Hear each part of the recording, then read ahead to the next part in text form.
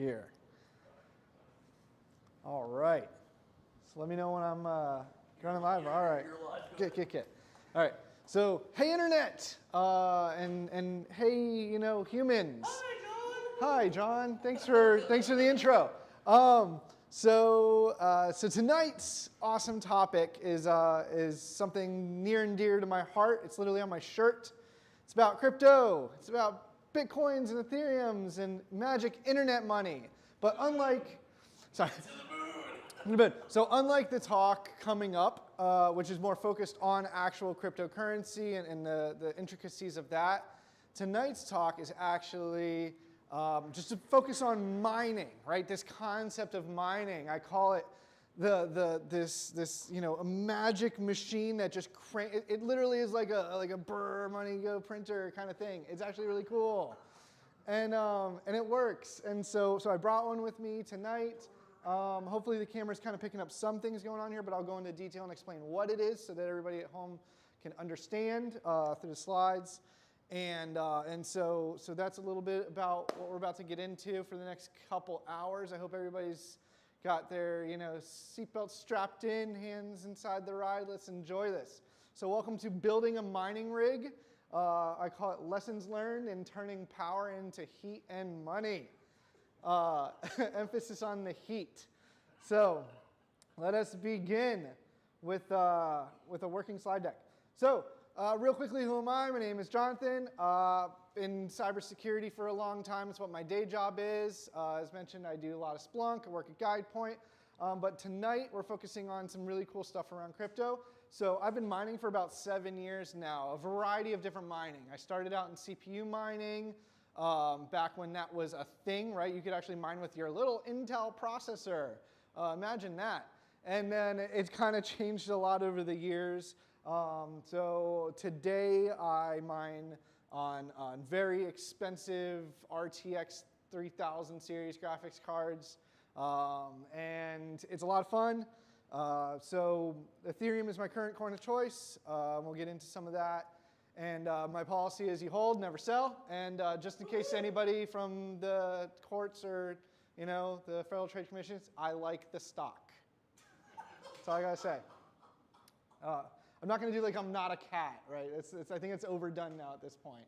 So anyways, so our agenda for this evening is we'll cover a little bit. I'm always a big fan of history. I love talking about foundational stuff, where it comes from, how we got to where we're at today, just to kind of lay that groundwork. We'll talk about the parts involved. There's a lot of moving parts over here in this demo. And there's certain things you have to consider when you're going into building a mining rig. You don't just buy whatever or just look at that computer you have at home and say, perfect, we're going to do this. There's a lot of considerations. There's math, there's safety, there's also overspending, ROI, understanding where you're actually going to make this a profitable experience versus just really being sad at the end of the day. Or just having a really good gaming rig, right? So we'll talk about power consumption because it goes beyond just the computer. You don't want to burn your house down. You don't want to trip breakers. You don't want to make people unhappy by shutting off the power in a facility. It can happen very easily. So we'll talk about that. The good old layer 8 battle of NVIDIA versus AMD. I'm not going to get too heated into it, but we'll talk about why you may want to sway one way or another depending on certain things like that. I'm going to talk about operating systems because there's actually a variety of ways to mine on a computer these days, so it gives you an opportunity to do different things. Sourcing parts. I will share some of the secrets to getting expensive graphics cards these days at not expensive prices, but the rest of the luck is on you. And then finally, question mark profit, right? Because that's what we're all here for. We still want to make money. Diamond hands, yeah. No paper-handed bitches here, right? So no, I mean, but that's an important thing. So we'll kind of kick right off and keep moving here. So first things first, let's go ahead and just get all the safety stuff out of the way, some things you need to consider. I, for one, am not a financial advisor nor an investment advisor, nor do I provide financial investment advice. I'm not qualified to, not certified to in any state or province. So now we know that.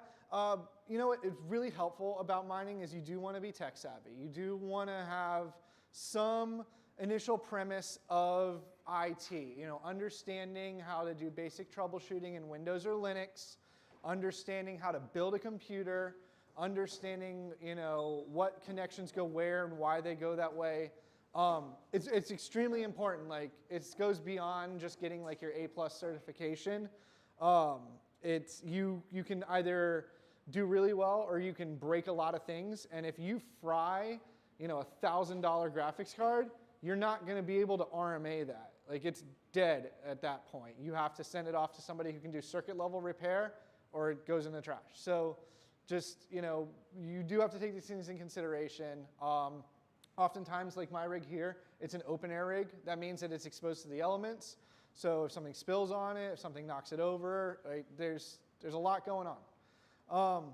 You may make some money, right? That's the goal, but you can also just lose a lot more in the process, right? You are buying and investing in equipment that has an initial purchase value, and you may not make that money back in mining. You also may not make that money back in reselling those parts.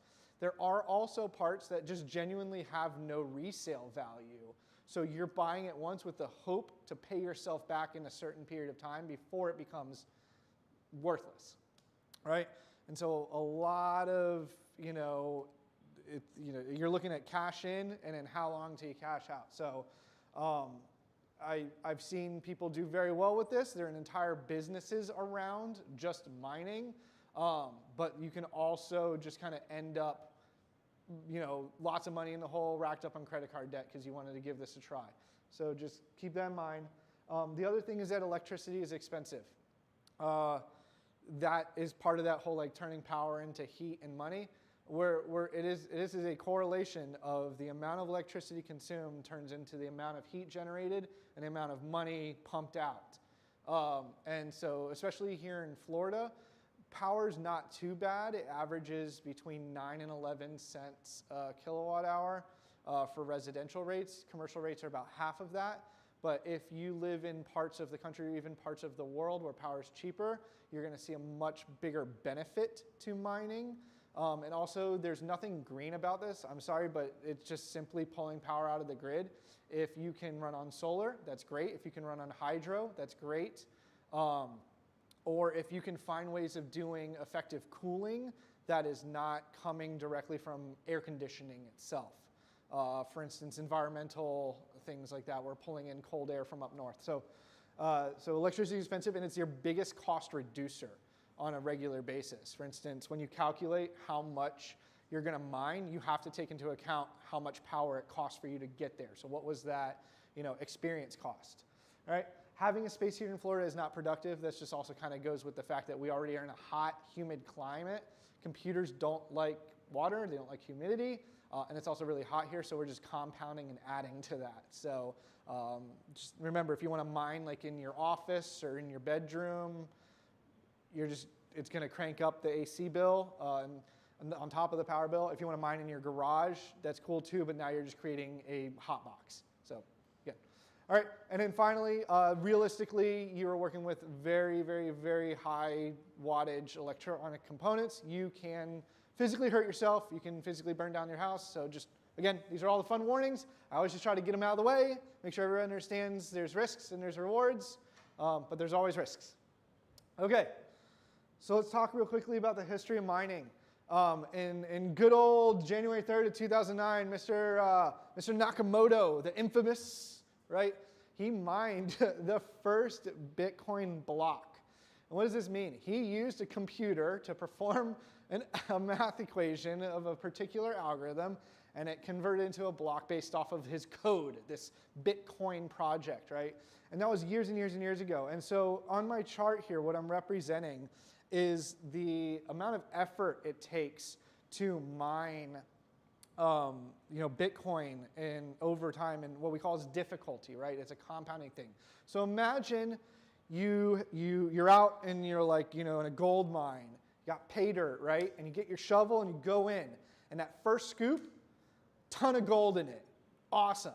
But that second scoop, not as much. But you put just as much effort into getting it. right? That third scoop, a little bit less, but it was the same amount of effort, all right? That fourth scoop, to get the same that you got on the third scoop, you got to do it twice. Now the difficulty is going up and the payout is going way down, right? And so this is a resource that the more effort you put into it, the more scarce it becomes. There's a finite number of Bitcoins that will ever be mined. It's about 23 million. But that's the way the algorithm and the code was developed. Other coins have fixed ones. Other coins have other limits and things like that. But for the sake of this, that representation brings us to where we're at today, where the level of effort is immense. It is astronomical, the amount of math calculations that are happening per second on this computer equipment. And so while kind of digging around in the storage, I came across this archaic beast here. And for those on the camera, yeah, it says Bitmain. This is an ASIC miner, Antminer from Bitmain. And so on our graph here, represented by certain points along the way, we started out with CPU mining, right, using the central processing unit on the computer, our Intel processor. Back in the day, we had AMD Athlons, right, all that fun stuff. And then we realized that graphics cards are way better at math than CPUs are. They do polygons, they do games, they do all this math really well. And so we shifted our efforts away from the CPU to the GPU. We said, GPUs, you are now in charge of performing these complex equations and algorithms to issue us these magical pay dirts, right? All right, and so then kind of getting to like the early 10s, mid-10s, we started to see more advancement in technology come on the scene. So we saw something called FPGAs, or Field Programmable Gate Arrays. These are devices that you can code. It's like almost making your own microchip, for instance. And so these FPGAs were coded up and designed in such a manner that only served one purpose, to mine cryptocurrency. And so these FPGAs were very focus-built, very tactical, very powerful, and they replaced a lot of the GPU mining because they could efficiently and more effectively perform these computations, right?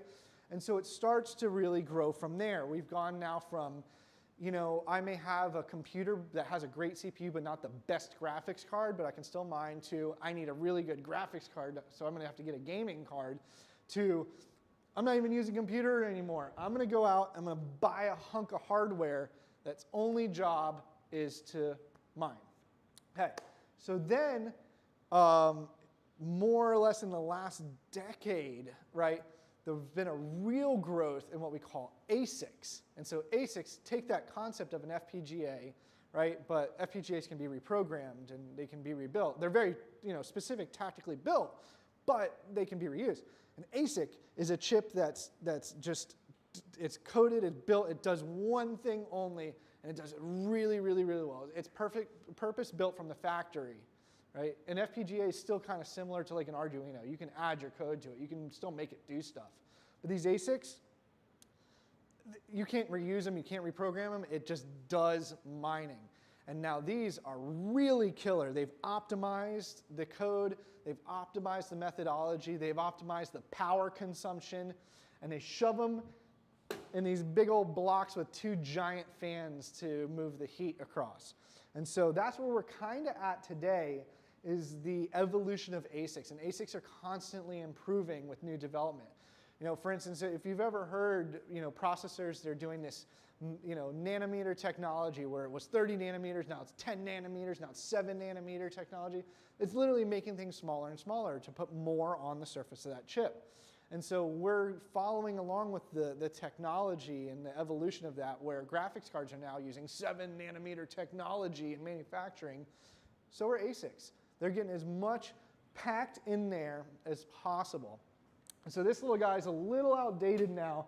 Actually, if you turn it on, it costs you more money in power than it makes in Bitcoin. But that goes to show. This is a great example of one of those things where you put a lot of money into this. This was thousands of dollars, right, at the time. And today, it makes you negative money. But at the time, this thing was probably pumping out maybe $20 a day. And so you'd sit there and you'd ask yourself, well, if I waited 4 or 5 months, I should ROI on it. I should make my money back. And so currently where we're at in the world of things is we're at a space between optimized ASIC miners from companies like Bitmain and very powerful GPUs continue to really hold their place in mining. Now, Bitcoin cannot be mined on a standard computer anymore, regardless of the hardware. It is way past that because of ASIC mining, that it's just the difficulty is so much. But luckily, we have other coins. Like, Bitcoin is not the only coin on the market. So because of that, Ethereum can be mined with graphics cards, right? Litecoin cannot be mined anymore. That's also an ASIC thing. But there's thousands of coins on there. If you go on CoinMarketCap, I mean, there's genuinely thousands and thousands of coins. And any coin that's what we call proof of work, and we'll get into that, can be mined with hardware, whether it is an ASIC or even computers. So that's where we're at today when we come to things. But you know, there was a point where people were mining like on their cell phones because it had a processor. There was malware designed to mine in your browser. So it was JavaScript based, and whenever you visited the website, it would just mine on your computer because that's client side, right? There's somebody, I saw this the other day on YouTube. It was super cool. Go look it up on YouTube while you're on here. And it was a guy wrote code to mine on an original Game Boy. As kind of like a challenge to himself, he used a link cable adapter to a Raspberry Pi to do the network checking for the coin, and was mining like one, I don't know, hash a minute. It was really bad. One calculation a minute. But he legitimately had it running on an original like suntanned Game Boy. It was super cool. So that's what it is. It's right now we're experiencing the limitation of hardware's capabilities versus its intrinsic value in the market, and whether or not that effort is worth it or not, right? And it's always going to be the challenge, right? Do you put the effort into something that may or may not be worth it? Remember, cryptocurrency is only worth as much as somebody's willing to pay for it. So let's talk about what is mining exactly. So in the terms of cryptocurrency, right? So mining is this process. What's going on here, all this math, is creating this block. All right, this block has all these transactions on. Every time you're sending to somebody, right, on that ledger, remember that this blockchain has to keep a logbook of all these transactions. It's that single truth of knowledge, right? And so when we're mining, we're basically taking a block of all these transactions, and we're going to add it permanently from that point on to that blockchain. Now, again, a lot of this I don't want to spoil for the talk coming up, but we have to understand why mining even exists and what the importance of it is when it comes to cryptocurrency. Mining has its place. Like, it is necessary for most of these coins to exist on a daily basis, right? So mining is that lifeblood. It's literally what I'm trying to tell you. It is that proof of work. So in decentralized systems, especially stuff like I said, I prefer Ethereum. You need to ensure that everybody agrees on this transaction. Remember, that blockchain, everybody needs to be on the same page. That's how we prevent problems, right? That's how we help solve these things, and we're securing the network from attacks. Attacks like 51% attacks, where in any consensus, if majority says A is B, that's it. Like, that's how you win. And so right now, mining helps lock in those transactions historically for the blockchain, so that everybody is on the same page and everybody agrees, so that nobody's stealing or saying I've transferred this or whatever. Because if one person comes to the table and says, by the way, I got 1,000 Bitcoin, and everybody here says, no, you don't, then that's the consensus. And that's the wonders of blockchain. It's so amazing. And so I hope everybody tunes in for that talk coming up, because you're going to learn a ton. I'm telling you, it's super cool. So what's your question? One of the questions, so next week's talk isn't about blockchain so much as the guy, he sells entropy as a service. Okay. Yeah. Perfect. All right, well, I hope he has some topic on this, and I'm advertising for it. But that's the basics, right? And so mining needs to exist. Mining is super important because it ensures the security of the coin, right? So I'm doing my part. Now you can too. Okay, so let's talk about what question. Oh, question from the audience. Yeah, so RJ's asking, RJ, yes, this is yours. and if you could repeat the question. It has his name on it. Oh, yeah. If you could repeat the question. Sure, I will. Are Bitcoin miners like the Antminer, are they good for password cracking or playing video games? Oh, great question. So question from the audience was, can Bitcoin miners, especially ASICs like the one I have here, be used for anything other than Bitcoin mining? And the answer is, very good question. It cannot be used for gaming by any means, I can tell you that. I'm not sure where the development on converting some of the code to take advantage of its hashing capabilities, because here's something cool, right? So Bitcoin is based on SHA-256, but so SHA-256 is also common in password hashes. So the ability or the concept of using multi-purposing the hardware to do password cracking would be very specific to the algorithm that it's built for. That's just one thing to consider. So let's say I get a password dump and it's all in MD5 for whatever stupid reason it is.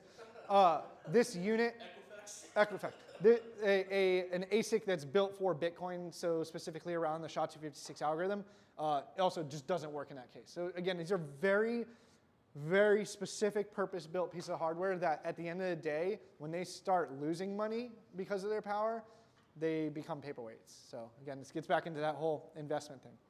But great question. Thank you, audience. So let's talk about what makes a rig, right? It's fairly simple when it comes to building a rig. It's almost like building your gaming rig computer, right? Everybody's into building a gaming computer these days. You're sitting at home all the time. So it takes a couple main things, right? So we got our motherboard, right? All systems need a motherboard. We need RAM. All right, we need CPU, right? Just those three. We call that the bare bone kit. That's just how you get the thing to turn on, all right? Okay, we need GPUs, because GPUs, again, is our preferred tool of mining and making money. We need a hard drive, right? You can also use a thumb drive, right? It doesn't matter to me. I'm not going to get into that. You just need something for the operating system to exist, okay? We need a power supply, okay? That's very important, because again, there's a lot of power and a lot of juice running through the system. You need something called risers, right? And we'll get into what that means. But it's actually really cool, because motherboards, in the sense of how much space they take up, you can't just shove a lot of things on a motherboard. Space is very limited, right? And so risers really help us grow and abstract that space and kind of help with the cooling too. You need all the cables and adapters, right? So you need splitters and adapters and converters, and make sure you have all the things you need. And they also need to match. Don't try to just like force plugs, because you'll also start a fire that way. And then finally, you need a frame or a case, right? Like in our example here is an open air frame. I'm running an open air frame myself too. And so these are just a couple of things you want to consider. And go ahead and add them to your shopping cart while you're on Newegg with no inventory. And let me know how that goes.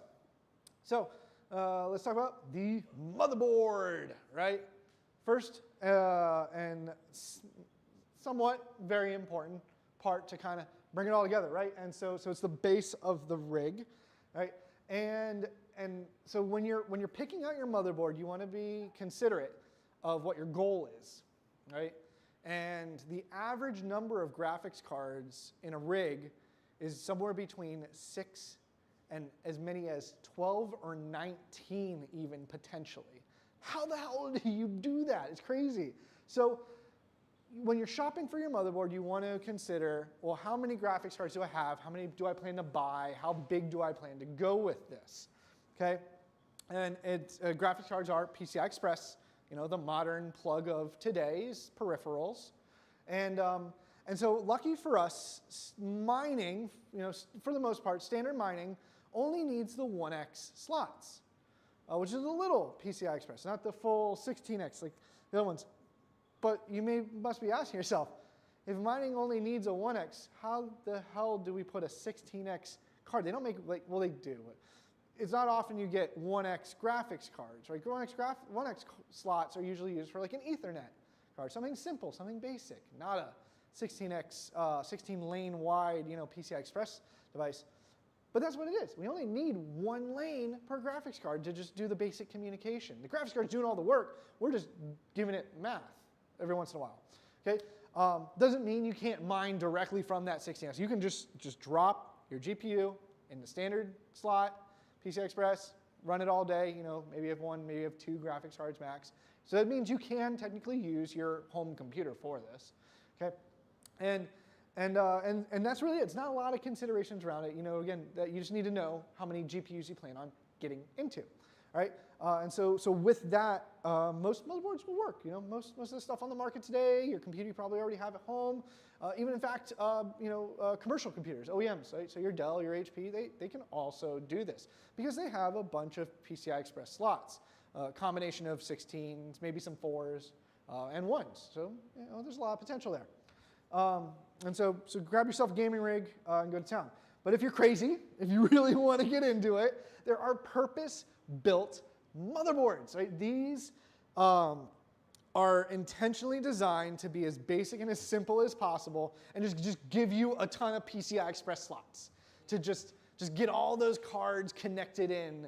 And so I'm running a purpose-built motherboard for the intention that it can run up to 7 graphics cards on one system. I mean, it sounds insane, but then when you really see it put together, you're kind of like, oh, wow, that's really cool. But when you see it, so this right over here, so this is a BioStar BT250. So I'm running a BT250 also, but not this one. This is like the big version. So this is 12 graphics cards capable of running on it.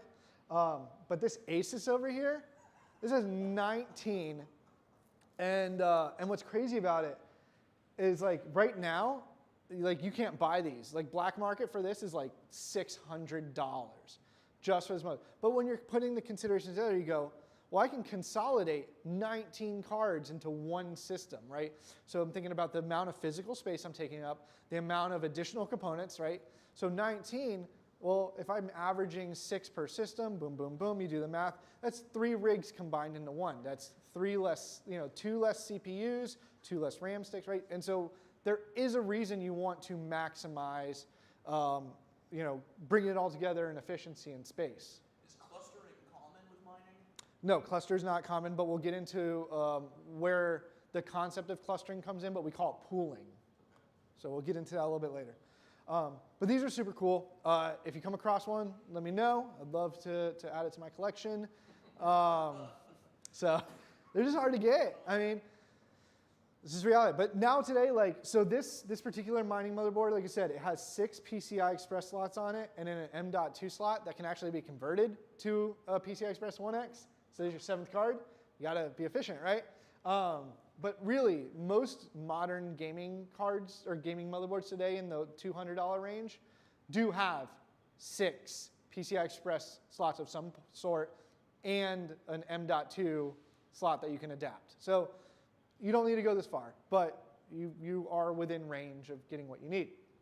Okay, so let's talk about RAM, CPU, and hard drive, right? The other components, like I said, it needs to turn on, it needs an operating system, it needs to function. So what does that look like? All right, RAM, super basic. I mean, mining is not memory intensive. I mean, well, it is, but for the graphics card, not for the system. So a 4 gig stick, nice cheap RAM, throw it in there, all it needs, right? Just make sure you're getting the right memory style for your motherboard. If it's DDR3 or it's DDR4, right, just make sure that that matches up. Make sure that you have a compatible CPU. Because your CPU also just doesn't need to be that special, right? I love running the cheapest Celeron I can get my hands on. I'm very partial to the socket LGA 1151 because this is about 6th, 7th generation Intel, and the processors are a whole 40, 50 bucks. Again, if I'm thinking about how to make money, I need to spend as little as possible. I need to hit those minimum requirements to function, okay? And there's other conversations that we can get into later about certain processors targeting certain PCI Express lane goals. But for the most part, this little baby Celeron will run your 6 graphic card rig no problem. When we start getting into that, 12, 18, 19 cards, there are considerations about whether your CPU can support that many PCI Express lanes.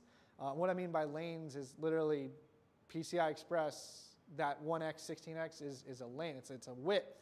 And so processors can only go so wide, but it's by type. So if you just simply go on the Intel website or the AMD website, you can look up how many PCI Express lanes that processor has, and that helps you define how many cards you can potentially run. So that big 19 one may need a processor that has 19 lanes. So keep that in mind. But yeah, Celerons, Pentium Golds, we do not need an i3, we don't need an i5, we don't need an i7, we definitely don't need an i9. So don't waste the money on it, get the cheapest stuff possible. Now because of mining's popularity, the cheapest stuff possible is now becoming the mediocre price stuff. And now an i3 sometimes is cheaper than this garbage. But the advantage of running these cheap processors isn't just the price. Their operating wattage is super low. Remember I was talking about power? We want a processor equally that just can be as low and as quiet and as low, as least wattage consumption as possible. Okay, so if you can get the system itself down to 30, 40 watts entirely, not including the graphics cards, you're starting to really get to somewhere. Versus these i7s, like these are 100-watt, processors. That's literally money coming out of the wall being wasted because you're not utilizing a processor as part of mining, at least in GPU mining and Ethereum. So things to consider when it comes to that. But yeah, stick to the cheapos. Nothing wrong with it. If you can get like old computers, these are great to pull parts out of, so just fun things. The hard drive too. We really don't need a whole lot. I'm running this rig on a little M.2 SATA hard drive, or not SATA, little M.2 SSD hard drive. But my other ones run on these dirt cheap 120 gig, little Kensingtons and stuff like that. Like actually, literally, that's the one I have. And I mean, it costs like nothing to buy these, right? And all you need is just a stable operating system. But there's actually one really cool thing that you do need. You need enough space, obviously, for whatever, Windows. Windows is a hog, right? It takes like 10, 12 gigs these days. You need room for your drivers and your software that goes with mining. But something specific to Ethereum and many of the other ones is you need to have this ridiculously large page file. And for those that aren't familiar, right, a page file or something like that, that's the concept of having like a swap, right? That's Windows swap. And that's extending the capability of utilizing like virtual RAM that's on the hard drive instead of on a regular RAM stick. And it's much more deep than that, but for these purposes, we'll keep it that way. And so instead of buying 64 gigs of RAM, which is really expensive, you can just utilize a really large swap file, a really large page file in Windows, for instance. That way, we're using a dirt cheap hard drive for the purpose of storing this large amount of data for the mining process. So cheap hard drives, go for it, no problem, keeps it easy. I like using the M.2 slot if I'm not adding a 7th card because then I don't have SATA cables lying everywhere. And that's just more complex things I just don't want to deal with. Right? The least complex, the better. All right, let's continue on. We're moving into the concept of power supplies. How do we power this thing? This is where you can literally make it or break it. This is critical here because your graphics cards are very hungry. They have what's called a TDP. That means it's the amount of wattage that they're going to output. They're going to expel as heat, essentially. They're going to literally suck up power from these power supplies, and you either need to give them the requirements that they need to operate, or you're not going to have a good time. Okay. Also, power supplies vary greatly with their support. So let's talk about ATX power supplies first. So I happen to be running an ATX power supply. This one's a EVGA 850 watt. And so there's a reason I want to have such a large power supply on these systems. And that's actually kind of small, but I'm only running 2 cards for now on this test rig. Normally, you'll find your desktop power supplies anywhere from about 500 to upwards of 1,200. In fact, there's now 1,500 watt power supplies for desktop PCs. You will find ATX style power supplies tailored for the mining market, or you can buy a standard one that's just used for maybe gaming or multiple GPU processing. And that's what it would be considered in the standard market. So I prefer modular because then you're only using the cables that you need. One of the things you always want to consider is airflow. And if you got a bunch of wires kind of in the way, spidering across your system, you're diverting airflow, you're reducing cooling opportunities, you're hurting the system.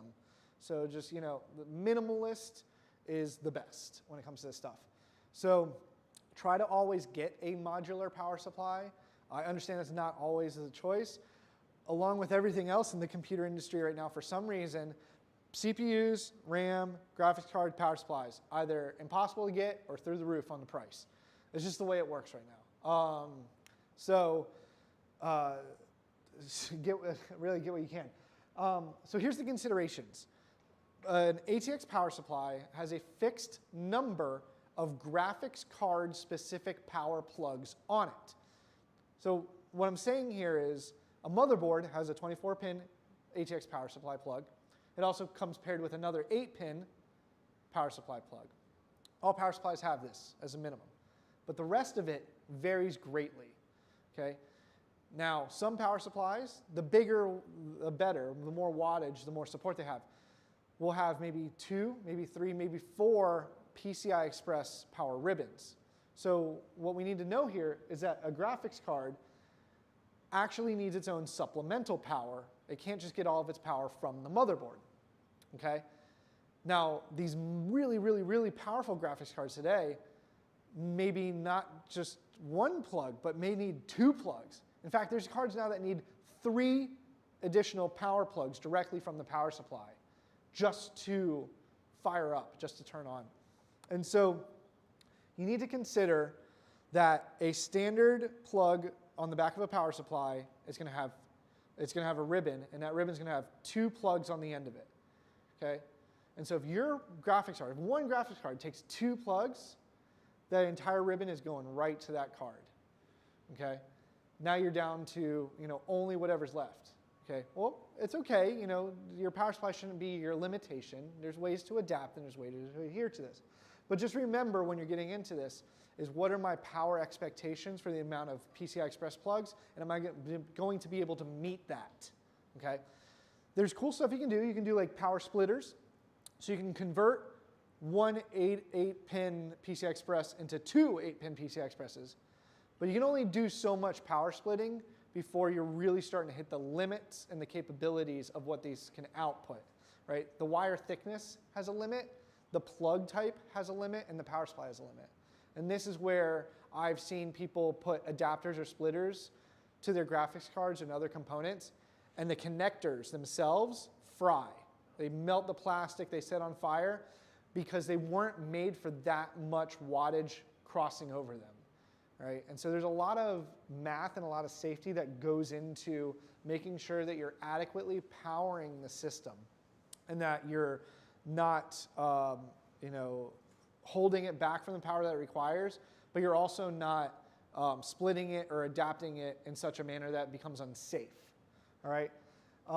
And in mining, we talked about the fact that we're going to rise the cards up away from the motherboard using risers.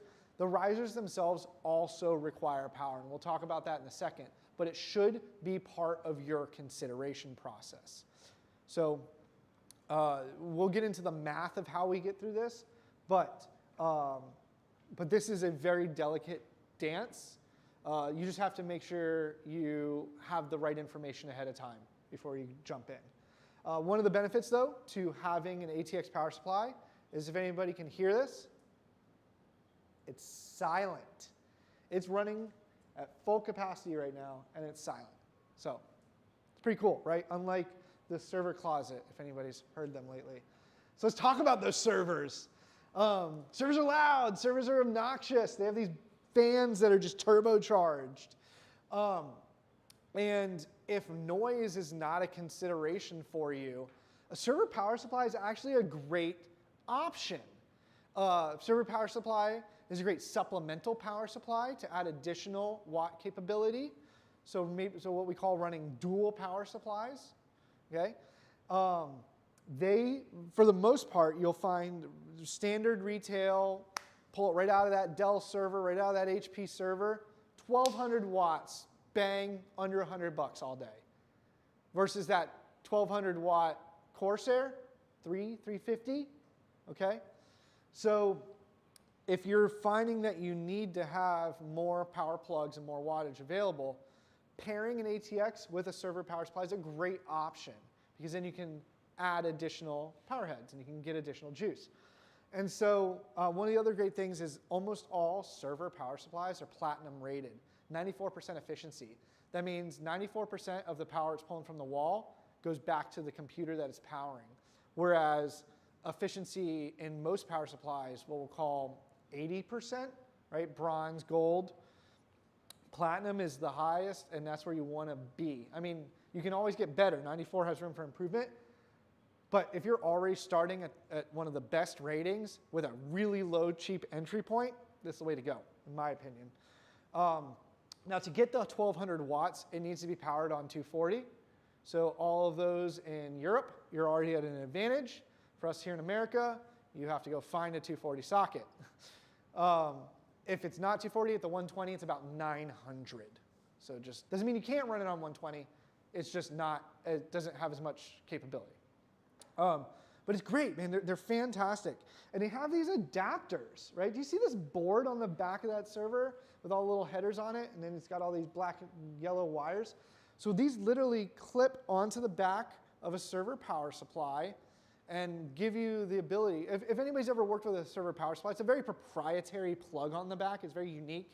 It's not like you can just plug something in. It's really weird. And so you have to make an adapter board. They sell these now online, and you plug the adapter board in, and that can trigger the turn on for the power supply and convert all of the pins to the appropriate voltages needed to power your GPUs. Very cool. The newest versions of these, they just came out with them not too long ago, now have full-on 24-pin ATX, Molex, SATA. You can actually run the entire system, motherboard and all, on a server power supply like this. And you can daisy chain them for power triggering, right? Just like you would have multiple power supplies in the ATX format, and you'd have to they make these little Y splitters that turn on the second one when you turn on the first one. With these, they also take in a power plug to let it know that the system's on. So it's almost like plugging it in like it's a hard drive, and when it senses power from the first power supply, it turns on also, and it's like a relay. It's really cool. So very clever. Definitely check it out. Loud, though, right? And so if you don't want to run it in your room, in your office, in your house, maybe this isn't for you. If it's going to be in a quiet place, if it's going to be away from people, or if it's going to be in a more of an industrial or a server farm environment, sure, why not? Join the white noise. So again, really cool. Not enough people know that you can get dirt cheap power supplies out of servers and use them for mining purposes to add supplemental capabilities, but I highly suggest it. So let's get into some of that math. And so it's not too crazy, right? But let's just think about this. So let's start on the left. All right, so we need to get a sum of our GPU TDPs, right? This total displaced power, right, in wattage. What are our actually it's thermal displaced power, but what do our cards require, right? What do they need? What are they doing? What are they expelling? And we have to sum it. So an NVIDIA 3060, for instance, has a published TDP of 170 watts. Okay, great. Well, I want to run 6 of them. Okay, so we'll put that together. Okay, so now I'm up to 1,020 watts. So I know that this little 850 watt power supply right here, not going to cut it. I mean, it doesn't have enough headers for 6 cards anyways. I already know that because I looked on the back. But it also just doesn't have enough wattage. So this is how you kind of start to figure out, do I need 2? Do I need a bigger one? Right? How am I going to figure this out? You also have to don't discount the fact that your motherboard and your processor still take power too. So it's another 40, 50 watts maybe overhead. So we're starting to get to a point where I can say, okay, well, to run this system effectively, I need at least 1,200 watts. However I achieve that. So now it comes down to, is there a 1,200 watt power supply that can support the plugs of all of my graphics cards and the things that I need? Or do I need to maybe run 2 850s, twins? Or do I need a 1,000 watt and a server PSU to supplement the extra power for just the cards? Right, these are just things that you got to consider. A lot of it comes down to availability, price, I'm still on the whole get whatever you can kind of mindset and just hack it all together, make it work, right? Here's the other consideration. That's just the computer. What about the plug at the wall? All right? This is something to just keep in mind. Ohm's law, all right? Or let's just do some basic math here, all right? So 8.33 times 120 equals 1,000. So if we do it the other way, 1,000 watts, let's just say we measured that we're at 1,000, all right? And we're running off of a standard 120 volt socket. That means I'm pulling 8.3 amps at that socket, okay? That's a lot because a standard bedroom is rated at 15 amps. That's how much the breaker is in your house. So 2 of these pops a breaker, right? Or 1 of these and just something else in the room, right? Like happens constantly. I see it all the time with people where they plug the mining rig in and then they go and plug in something else. Maybe they want to use another computer, right? They have their mining rig and then their regular desktop. And then they turn on the TV, boom, pops the breaker, right? So these are just things you just got to watch out for, things you got to think of where you're placing it, what else you're doing in that room, how many rooms that breaker's actually powering, right? It all depends. So I'm not saying go into your breaker panel and explore, but just understand the implications of where you're placing these things and the effects that it can have to the bigger picture, okay? Imagine you're here at Undercroft, I'm sorry. Oh my God, Neon Temple. What's that? It's still in my head. Freudian slip. I know, Freudian slip. All right, so you're here at Neon Temple, right? And you know the facility here has been upgraded for power capabilities, but let's just think basically. I go and I plug it into one of these sockets, and I didn't inform the facility that I'm about to draw 1,000 watts out of their wall, and almost 10 amps. And there's all these other people working, right? And they got their computers plugged in, and the TV's on, and the projector's on, and things are going well. Second I turn that thing on, boom. I just killed everything for everybody in the room. Don't be that person. So again, these are just part of the considerations. It's easy to trip a breaker. And if you use a cheap power cable on your computer, like they have amperage ratings on them. If you look, if they're thick, they're better. But if you use a cheap cable, it can get hot, it can melt, it can start a fire. You can have a fire at the socket itself. Also, you never want to coil power wires because then they can sustain heat, start a fire, right? There's a lot of risk here, so just think about the problems before they happen so then they won't become a problem. Okay. Now, I've been talking a lot about risers. These are really cool, this concept. We're bringing the graphics card up and away from the motherboard so that it can, one, plug into a proper 16x slot, even though your motherboard's running off of a bunch of 1x slots, but it's also giving it breathing room and space. So let's see how this works. So we're adapting these 1x slots using these tiny little circuit boards that plop right in. And yes, that's a USB port.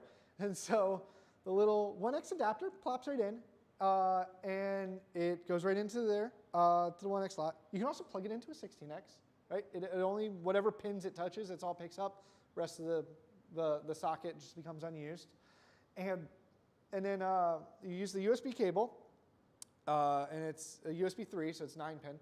And it goes up, and You're running a couple right now, right? yes, and so I'm using risers. And so what I'm doing is I'm then extending the PCI Express port from where it was on the motherboard, elevating it to wherever I'm putting the card. All right, and I'll show you what that looks like here in a second. But again, these cards are large. Some of the new modern 3000 series RTX cards take up 3 bays on the back of your computer, all right? Like there was a time when the fact that a GPU took up 2 bays was crazy. Now they take up 3 bays. They take up a lot of space. And so they need to be spread apart. And the fans are on the side, so you can't have them squished together. They need to be able to breathe, pull in cool air, blow out hot air, right? And so these are the risers, right? So right here. And so they have the little board that goes into any size slot, a 1, a 4, an 8, or a 16. And then it runs this USB-C cable up to the actual adapter riser itself. And so that has the 16x port that slots right into your graphics card. I mentioned earlier that GPU risers also need to be powered. And the reason for this is because the published standard of a PCI Express 16X slot is 75 watts in itself. So graphics cards are capable of pulling 75 watts right out of the PCI Express slot on top of the additional plugs that it is given. And usually that ranges for another 75 per plug. So because of that, we need to power it. Well, how do we power it? Most risers have a couple different options. As you can see here on the slide, this riser has a Molex 4-pin, commonly seen in hard drives and CD drives of yesteryear. Directly to the left of it, a little bit hard to see, but trust me, it's there, is a SATA power head, commonly found in CD drives and hard drives of the now. And then I actually circled it here because I want to emphasize this, a 6-pin PCI Express graphics card plug. Now, that's the preferred method. If you can effectively split and power your header, or I'm sorry, your riser off of a 6-pin PCI Express header, along with your cards, you're golden. Right? That's what you ultimately want to be able to do. That is the most reliable, locking, and capable with wattage ratings plug of the three. The next would be the Molex. All right, it's hard to find documentation on the power specifications of Molex, but you generally will be able to get the 75 watts required out of the cable safely. But don't go plugging in a bunch, because Molex cables usually have 4 on their string. Don't go plugging in 1 to every single riser. You will not be able to power them. You will fry the Molex plug. It will start a fire. So be considerate and maybe only use 1 per Molex string to 1 riser. Okay? Last but not least is SATA. Just don't. SATA is not rated for 75 watts. It's about 53 watts. All right? Do not, under any circumstance, ever use the SATA plug on a riser or the SATA to PCI Express adapter that comes on the kit for a riser. Because often they may reduce the number of power plugs to just maybe PCI Express, because that's the best one. But they'll give you a SATA to PCI Express 6-pin adapter. That is also how you start a fire. Do not do it. It is all over the internet. You can see tons of pictures of people setting their mining rigs on fire because they're either using SATA directly on the riser or they're using the adapter. It's not rated for that much wattage, period. I don't know why they even encourage it. It's a terrible idea. Don't do it, please. So, risers these days, you can buy them as a 1, or they usually come in packs of 6. Because that's about the approximate number. Like I said, the average GPU count on a mining rig today is 6 cards. So let's talk about the frame, right? The structure that brings this all together, that makes it the little mining rig that it is. All right? And so we have a couple of choices here when it comes to deciding how we want to approach the frame of our rig. Right? The easiest is to just buy a retail frame. Veta and AAA Wave make fantastic retail frames. They're easy to assemble, has all the parts you need. They have every screw. They even have the risers for the motherboard. They have a mount for a hard drive. They have a mount for the power supplies. I mean, it's all inclusive. They're very expensive. They're right now, they're sold out everywhere. They're highly sought after. Again, it's what happens in a bull market like this with crypto. Everything mining related just goes up in price and becomes unavailable. But they're legit. They're really cool. They're just very easy to assemble. They're very easy to just go from parts on a table to fully stable, functional rig, right? So if you are into this kind of thing, they're great. I don't own any personally, but I would if I could. Let's just say that, right? They just, again, they're not available and too expensive for the ones that are. That's the easy road, right? What if you're in a data center right? If you're in a place that's rack and stacks, 19-inch use. So that's fine too. There are like special server cases made for you, server cases for mining. And you can load up the graphics cards in the front, motherboard in the back, power supply to go with it. Usually you have to get a really beefy power supply, like 1500 watt range, but they're out there. And tons of fans, right? So we can just be loud, we can do hot side, cold side, push it through, like perfectly fine. These, again, a little pricey, but they're self-contained and they're easy, and they work. So there's a lot of manufacturers today that are looking at this form factor to do mining, GPU mining specifically. So they're out there. It's great. When you get into industrial mining, when you get into massive scale mining, you want to keep things organized. You are probably going to be running server racks, and this is where you would see a lot of those being used. So, what's good old do-it-yourself if it wasn't for Home Depot, right? And that's my favorite. I love this stuff. Building your own open-air miners, and I think these are so cool, right? So this is great. You can do angle aluminum, right? Aluminum angle. Dirt cheap, right? Get 8-foot rails for a couple bucks. Always buy more than you think because that 8 feet goes very quickly. Wood, I mean, if you're just trying to build a really basic frame with screws, as long as you're not shorting anything out, like you can actually run a motherboard like on a sheet of wood. Like it's okay, like you'll be fine. And then you stuff like wire racks, right? Which is good old zip ties. They're literally hanging the cards on the second rack with zip ties, right? I actually used to do this. Like I went and bought like one of those plastic shelves, and I would hang my graphics cards with zip ties and just let the motherboard sit on the bottom. Nothing wrong with that. I mean, like, do what you got to do. Remember, you want to hit your return on investment, and you want to be cost effective, and your barrier to entry needs to be super low, right? It's the only way you're going to make money at the end of this. So go for it. I'm a big fan. I use a combination of wood and angle aluminum, and it works really well. This was a whole, $20, $25 versus like the $250 it costs today to buy a Veta. So do it.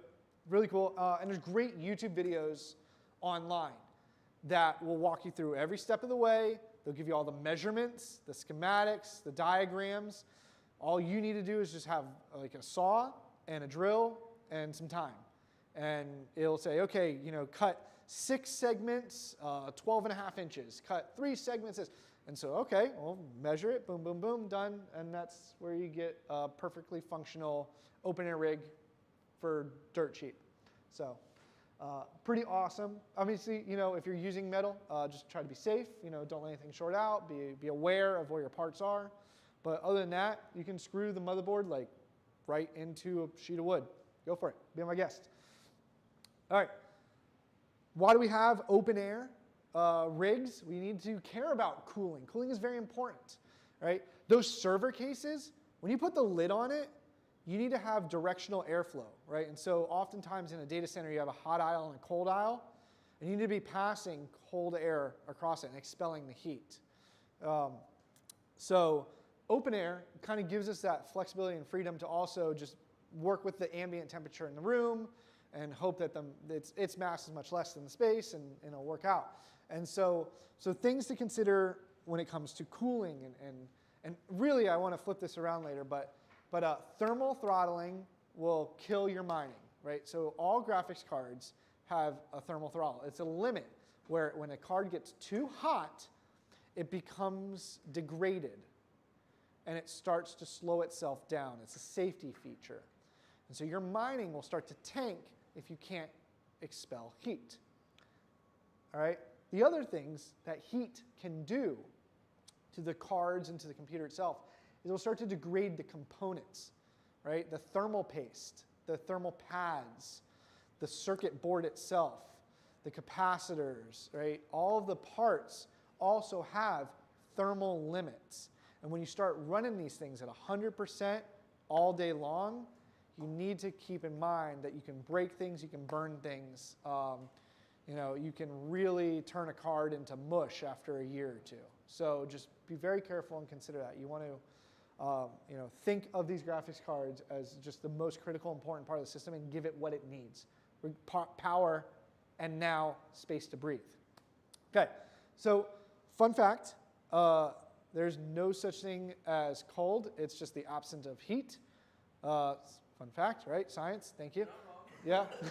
So when we keep that in mind, we should apply that to our cooling theory and our cooling process, which is I'm not putting cold air on the system, I'm removing heat from the system. And this gives us an interesting concept, and it gives us an ability to do something here. I've seen miners in South Florida outdoors in the summer running. But what they're doing is they're expelling heat. They're not cooling. So you don't add air conditioning, you remove the heat. So that gives you an ability to rapidly move air across something to drag that heat away, even if it's 100 degrees outside. Consider that. Because really, 100 degrees isn't the limit of the card in Fahrenheit. The card's limit is actually 100 degrees in Celsius. So we're talking closer to over 200. So technically, we can effectively remove heat, regardless of the ambient temperature, as long as we're in the process of removing it through airflow. What's your question?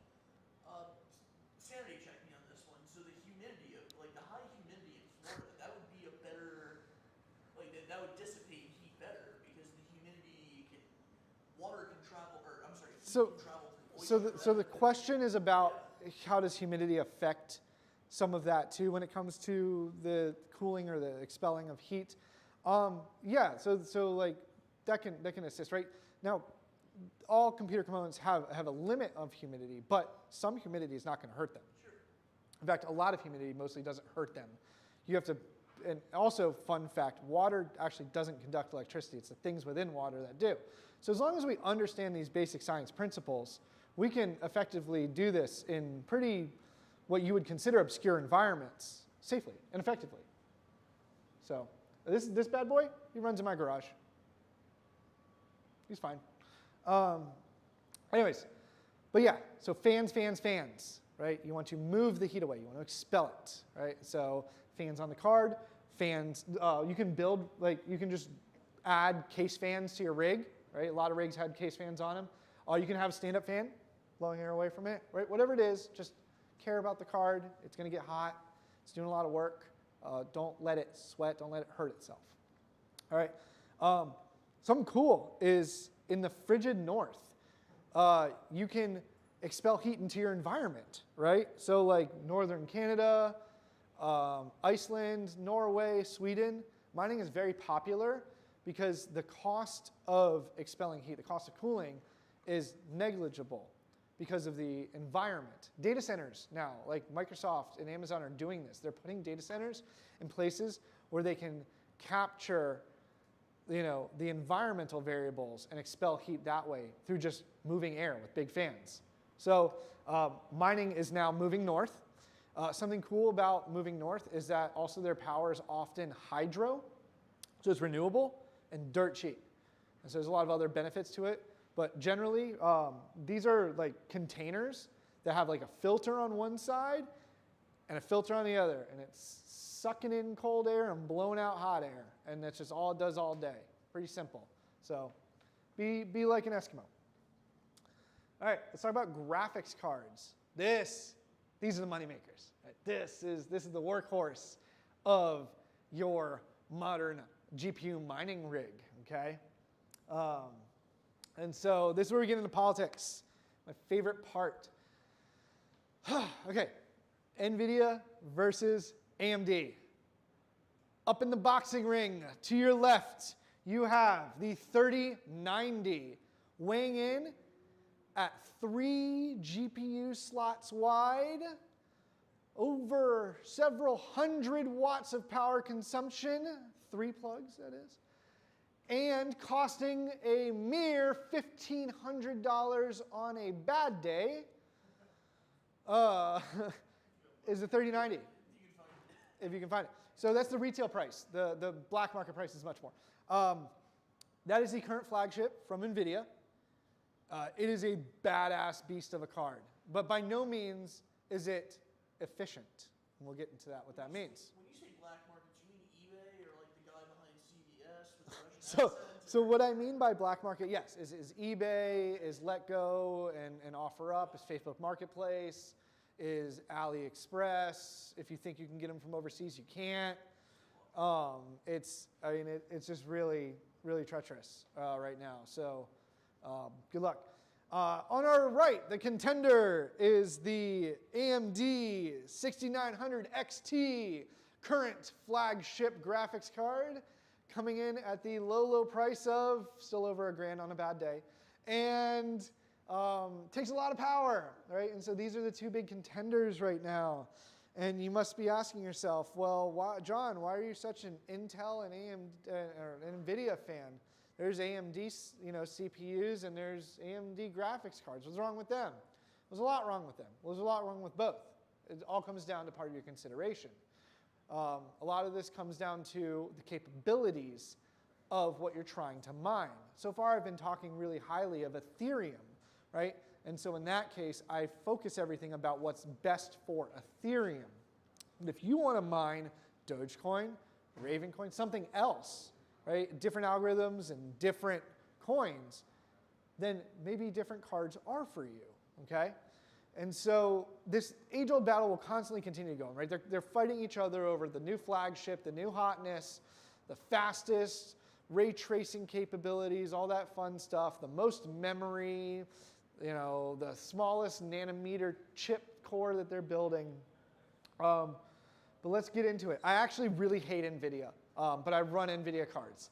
So I was just joking with you guys. I hate NVIDIA because of a couple reasons.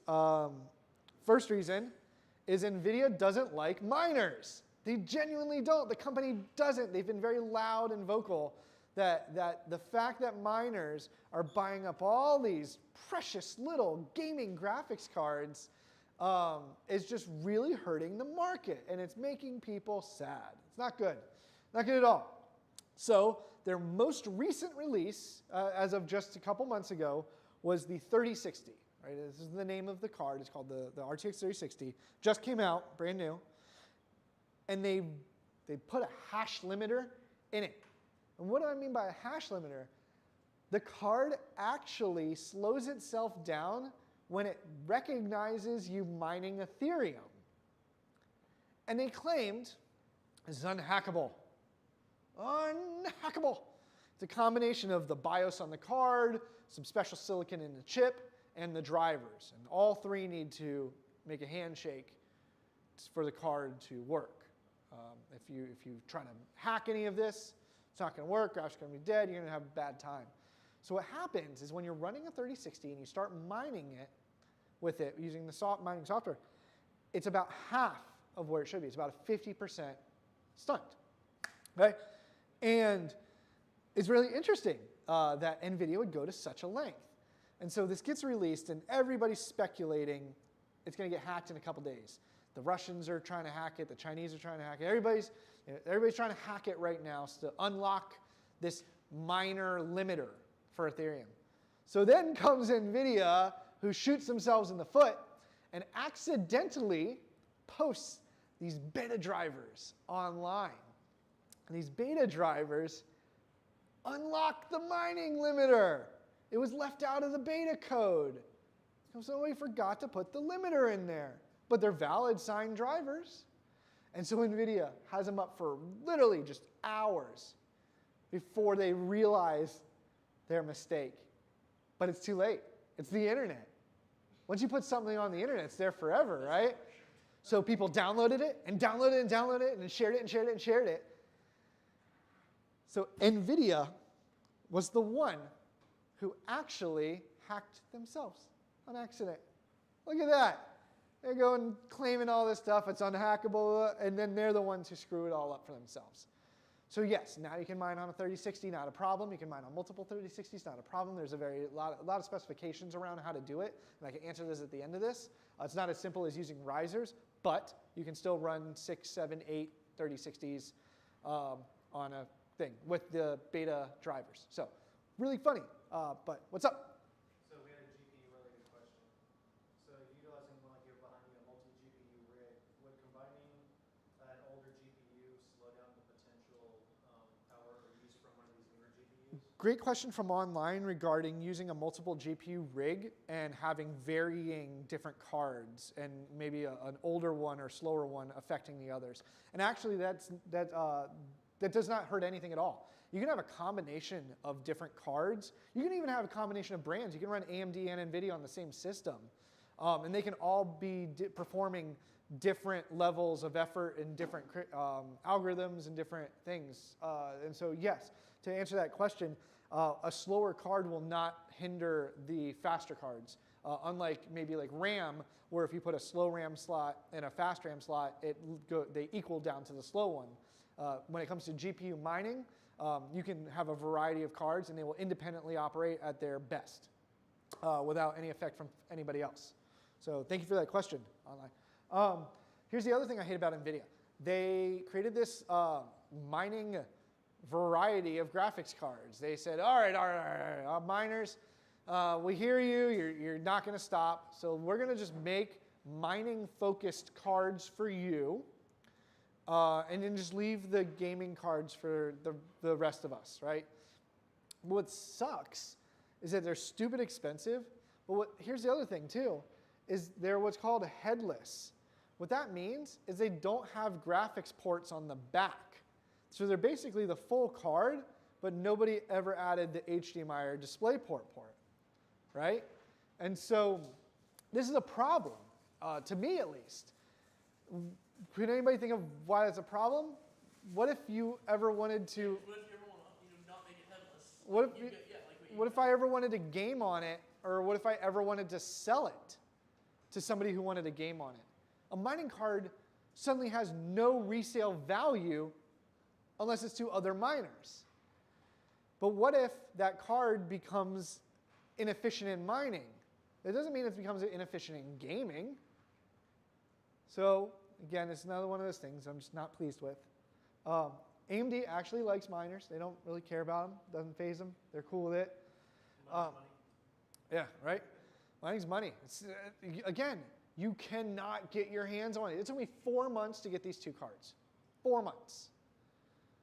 One was pure luck, and the other one was moderate luck. Someone had to die. Nobody died, luckily.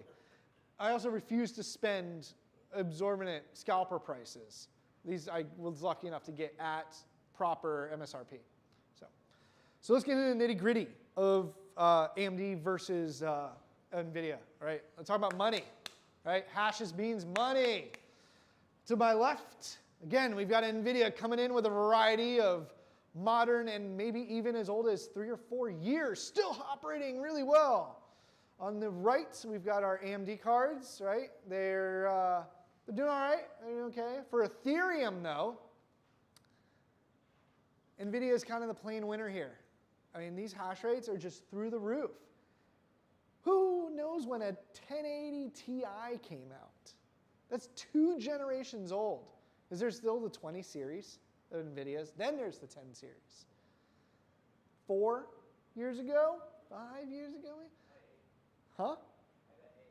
It probably 8. Well, I don't know, not that old, but definitely quite a few years now. And it is still kicking butt, right? 2017? So 4 years ago. So, okay. So that means if you were mining off a brand new 1080 Ti's, you're still making money off of them today. You ROI'd multiple times over at this point. But let's talk about the 30 series, because there is a 20 series in there, but I didn't even want to get into it. The 30 series is the modern line of RTX 30 series. Those are the cards you will find today, the most latest releases. I'm running 3060 Ti's. They are slated to get 58, but I have them overclocked to about 63, so I'm kind of a little ahead of there. 3070s are fairly similar to the 3060 Ti's, just a little bit more expensive. So in my opinion, the 3060 Ti is a better cost-effective measure when it comes to this because of price. 3080s really crank it up to that 91. I've seen them as high as 100. And the 3090, it's just super, 2017, Yeah. March super high. I mean, that is ridiculous, 114 megahashes. And just to put things in perspective, right? Like, that is like multiple dollars a day that this thing is just pumping out and paying you. So on the AMD side, Vega 64 is actually kind of legacy. It's kind of old, just like the 1080 Ti. Then you have your 5000 series and your 6000 series, the modern graphics cards of right now with AMD. They're kicking in at 50, 60. You can overclock them a little bit to 70. You can BIOS mod them a little bit higher. But what's crazy is the fastest card right now from AMD is actually a 2-year-old card, the Radeon 7. It is just really good at Ethereum. The problem with Radeon 7s is they don't manufacture them anymore. They're very hard to come by, and they're prone to bricking. There's an error where if you accidentally cut the power to the system, it may not turn on anymore. Right? And it is a known issue with the Radeon 7s. But if you treat them well and you take care of them, they are a fantastic return at 93 megahashes, right? And we'll get into what more of this means and how it turns into money. But obviously, Mo is better, right? So more megahashes mean more money. But that's kind of side by side. And then this again is very specific to Ethereum. There are other coins and other calculations and other algorithms that AMD may be better at, that NVIDIA may be better at, that there may even be swapped, where a 3080 is not as good as a 3070 on a very specific thing, right? And so you have to focus on that. So we'll get into how we get there. All right, let's talk about the operating system. We've built the rig right now, basically. We've got our motherboard, CPU, RAM, hard drive, power supply, graphics card, advisors. Sound pretty good. So let's boot her up for the first time. So let's get an operating system on this. The easiest isn't always Windows, but to me it's easy because, again, I have an IT background, so I kind of understand it, I can maintain it. But Windows is a perfectly acceptable option here, all right? It's really simple to set up. You just install it, right, off of the thumb drive. You download the ISO. It's all, really simple, click and play. It gives you the ability to have access to whatever version of drivers, including betas, that you need. Right? The beta driver, by the way, is only for Windows right now for the 3060, if that's the card you happen to have. And then the overclocking software is also really easy. Up here on the screen, I am running the overclocking software. For those online that can't see it, I'll share out this remote session later. But you can easily fine-tune everything with the mouse, and you can configure your overclocking. What overclocking does here, and is very important for mining, is that the cards are capable of more than stock of when they come out of the box.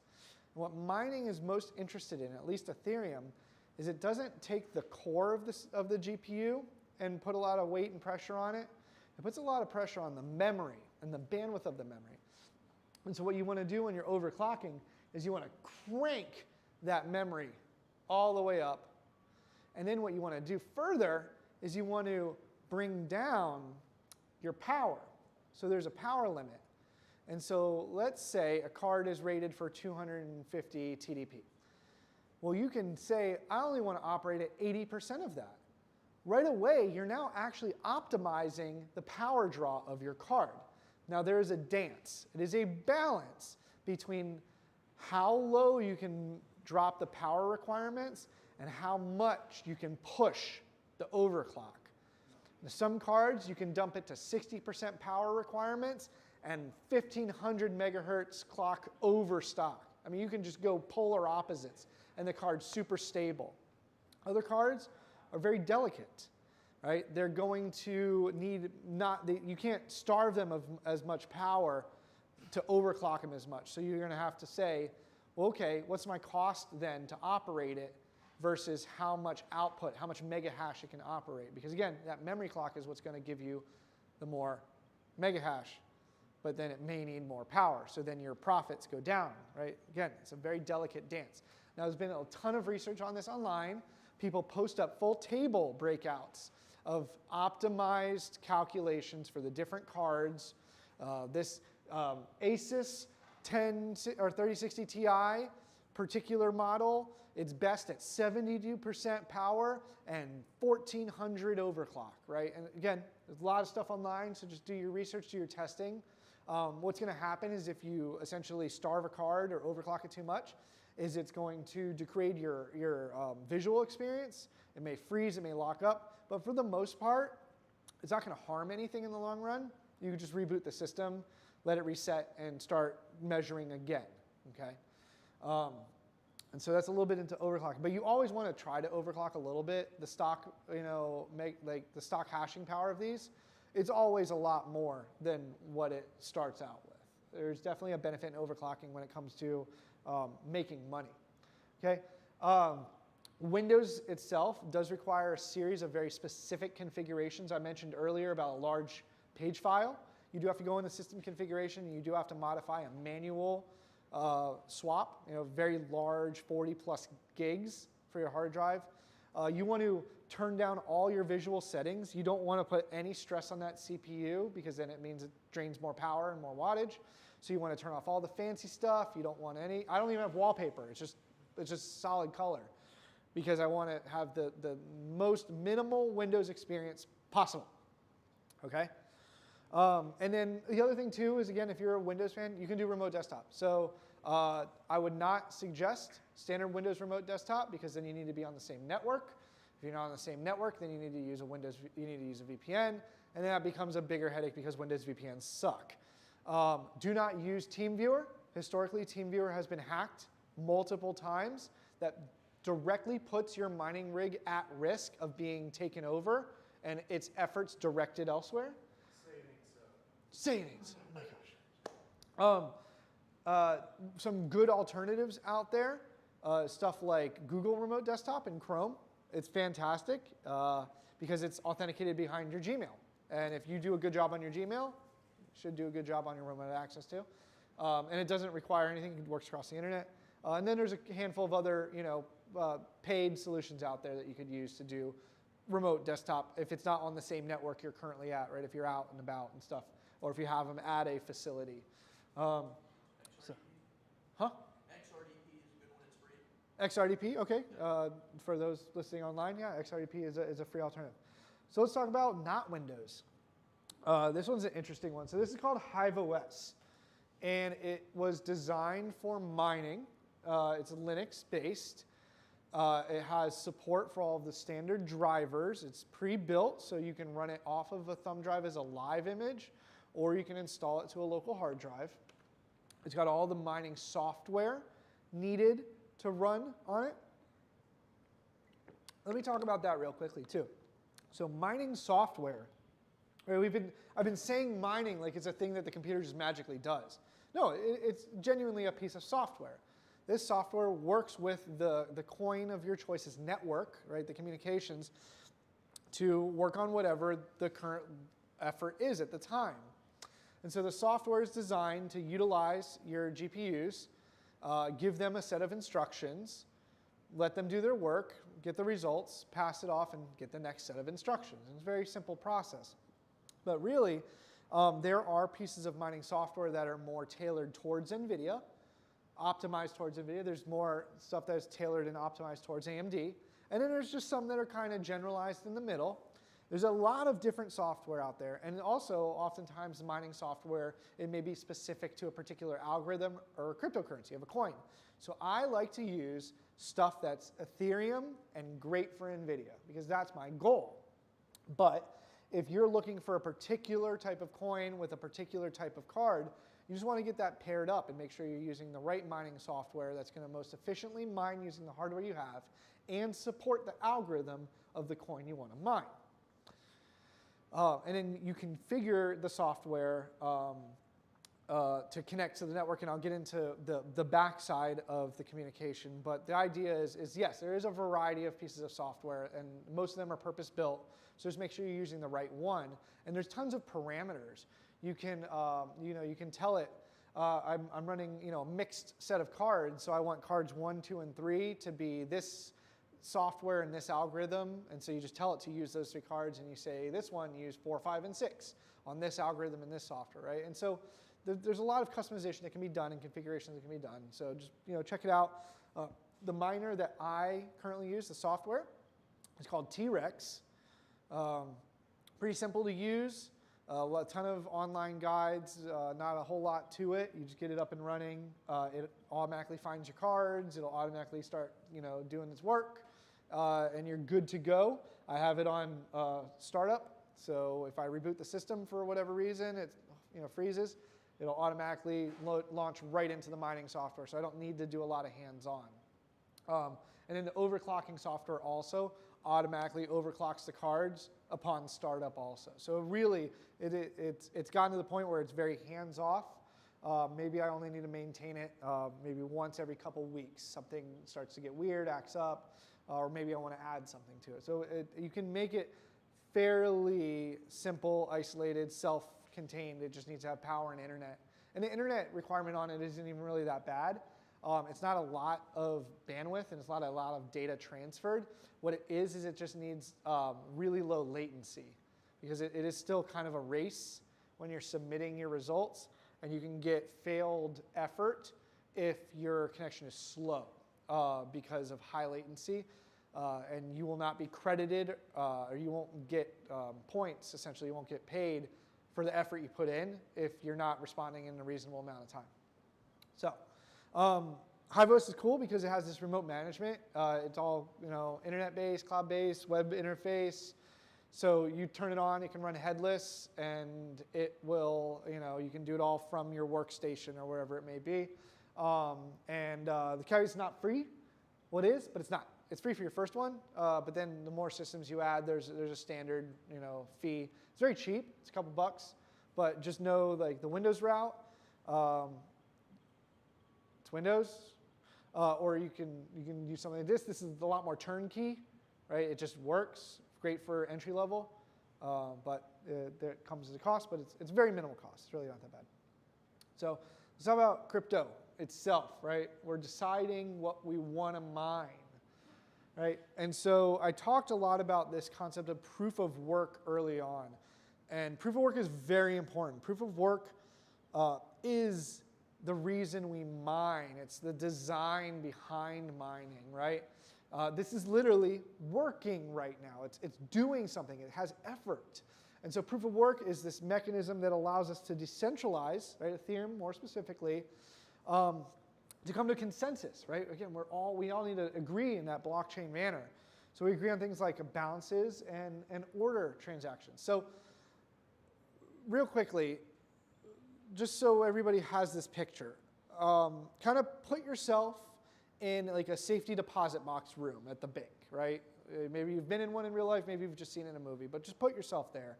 And you're staring at the wall of safety deposit boxes. It's a vast wall of them, and each one has a number on it. And it has a key, right? You have to open that safety deposit box. So what a blockchain is in the sense of cryptocurrency is a safety deposit box wall, but going really, really, really, really tall and really, really, really, really long. So you're staring at this just vast, almost infinite direction of safety deposit boxes. But the safety deposit boxes aren't made out of brass or whatever they're made out of. They're all glass. Now, very hard glass, bulletproof glass we'll call it, but they're all made out of glass. And each one of these boxes, right, contains a balance. So suddenly you can see what's inside that safety deposit box. You can see the balance of that address, right? So that's what the blockchain is holding on to. It's a ledger and a set of transactions of money going in and money going out and transferring between safety deposit boxes. Now, on a blockchain, you can see any balance at any time based on its address. You can just look it up, right? And our work effort ensures the safety of the safety deposit box. Now, you are the only one with that key, right? It's called your private key. And you can unlock that safety deposit box and take something out of it. But lucky for you, there's a little envelope slot. So anybody can put something in, right? And so that's how I want people to kind of think of cryptocurrency and this whole blockchain. Like if you're not into it, just stand there in front of a giant glass wall of safety deposit boxes knowing that you can see everybody's balance at any time, but you can't just throw your hand in and pull something out. All right? And so mining is making sure that that experience stays true to itself, right? Through verifying these transactions and locking it into a block on that chain and making it part of the perpetual story. So, things like preventing double spending, right? I sent it to you twice. No, you only sent it once. We're all in agreement here, right? It makes it incredibly difficult to attack. So, if anything, being a miner makes the experience of Ethereum more secure. I think we need more miners. Security is a good thing, right? That's what we're all here for. I love security. So let's talk about specific to proof of work now to mining. So the proof of work is this underlying algorithm and that difficulty for rules of miners to do. So mining, again, is that work. Remember I talked about every time you shovel, it's a little bit of effort, a little bit more effort, because you're digging deeper, and it's getting less and less and less. Right? So we're constantly challenging ourselves more. But we're doing our part. All right? It's the act of validating blocks on the chain through these complex algorithms. It's important, right? Because we want to continue to add to that chain and grow it of all the different transactions that happen historically. We need to understand where we've been and where we're at now. All right? And the more work, right, done, the longer the chain, the higher the block number, so the farther down we're going, all right, and more certain we can be on the currency of things. So again, miners are essential, right, to the success of cryptocurrency, especially when that currency is built around a proof of work model. Now there are other models, such as proof of stake, but that's not for tonight's discussion. So how do we start to really decide what coin? Well, we have resources. We have stuff like What to Mine and MinerStat. But What to Mine is really cool. You can go on there, and there's a whole section of all the graphics cards. So you pick the one you have, and it will break down based off of current market values and known hash rates and capabilities of that card, what you should be mining right now. Most of it is going to be Ethereum, but it's not always the answer, right? There's other algorithms out there that may be more profitable right now. So use some of these online resources to calculate what your capabilities of your rig is. All right? There's entire panels on here. You say, I have 6 3070s, and here's the hash rate that the software is reporting. Here's my power consumption that the software is reporting, or I'm running like a kilowatt on my socket, and it's measuring, power through a shunt. And you put all the math into the website, and it will break out and calculate for you what you should be mining at this point if you plan to profit, or at least in this current market. So really cool tools out there. And so just for everybody's reference, Ethash is the algorithm for Ethereum. So that's the one I enjoy. So I focus on that. All right, so let's talk a little bit about mining pools. Right? And I mentioned earlier I want to talk about the backside of the communications of the mining software. Right? What's really going on the network side? Who's it talking to, and what are you really configuring here? And so collective pooling is very important. It is super important today.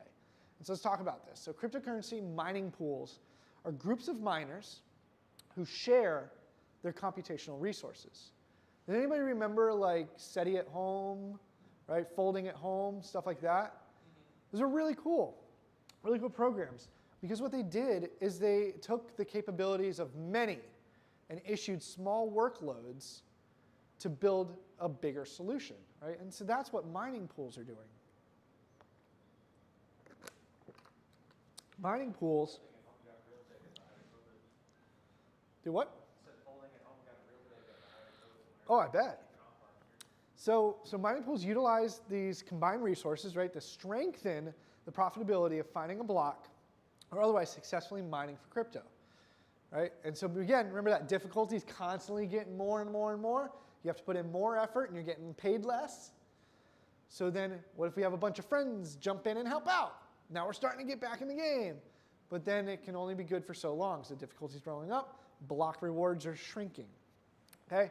And so if the mining pool is successful, it receives a reward, okay? And that reward is divided amongst the participants. Everybody gets their share. How do we figure out how much share? There's an answer for that. Also, mining pools often may take a small fee because of their overhead, their operating status, or maybe their publicity and the number of people that participate, therefore making it a very profitable pool. Okay, everybody wants their cut. There's money here, okay, people? All right. But here's the biggest thing is the modern method of mining requires you to be in a pool. You cannot mine by yourself directly to the network these days because the amount of effort it requires it to be compounded that you do not have enough caching capability to discover a block on your own. It's just not going to happen. So do they allocate different problems to solve to different people? So basically, if you're in a pool and I'm not, and I'm working on it, your pool solves it, and I'm like, hey, I found it. It's like too late. These other guys figured it out. So the question is does you working on your own versus a pool, how does that competition end up working for the money? And yeah, when a block is solved, that's it. All that effort you put in goes to waste. Now you're working on the next challenge. And so that's why the distributed work model is fantastic because it gives you a higher opportunity of discovering a block as a group. It's basically saying, all right, look at all these people. Let's just make it one big supercomputer from the perspective of the mining network. So how do you pick a pool? Right? There's a lot of pools online. And so there's lists that aggregate the reward payout methods, that aggregate the network hash rate, so how much that particular pool is contributing to the bigger picture, right? What is their influence on the network? And then how many miners are part of their network? Like what's their sheer count of active users? And furthermore, what's their sheer count of active workers? A rig is a worker, right? So a user could have multiple workers, right? And so right now, Spark Pool is winning. And then Ethermine, F2 Pool, F2's kind of, I think it's out of China. I'm more over here in the middle-ish. I use Mining Pool Hub. It's my personal favorite. I've been using them for a long time. They have under 1% fee, is what I like, because if you look, Spark Pool and some of these other ones have 1%, 2%, as high as 4% fees, right? That's your money they're literally taking away out of the pool before they pay you your share. And then they have these reward methods, PPS, PPLNS, right? FPPS, what does this mean, right? There's all these different things. So you have to understand the terms of these pools and how you get paid. Really, the bigger picture at the end of the day is if you're an active participant, you're going to get paid plenty. There isn't a lot of little minor details that's really going to affect your experience. But at least understanding them is helpful. You do want to kind of know. Proportional, right? Distributed amongst those that were involved. PPLNS, right? Pay per last share, similar to proportional, but instead of looking at the number of shares. And again, a share is a successful participation relayed back to the pool. So if there's 1 million shares required to solve this block, and you did 100 of them, you'll get paid your ratio, okay? So look at the last number of shares, regardless of the round, and pay you out. Question? So for Ethereum specifically, how does if it's 100 people in a pool and they find something and it's broken up 100 ways, how does that look on the blockchain? Well, a block is rewarded to the pool, and then the pool is responsible for divvying it out to individual wallets. But according to the blockchain, does the pool own that? There's a pool wallet. Okay, Yeah. Gotcha. All right, and then you have PP, LNGS, right? Per groups and shifts.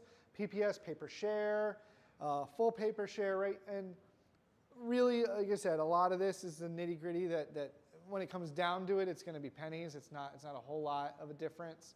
But it's just fun to understand and know what these pools are doing and how they operate and what their payout schedule is.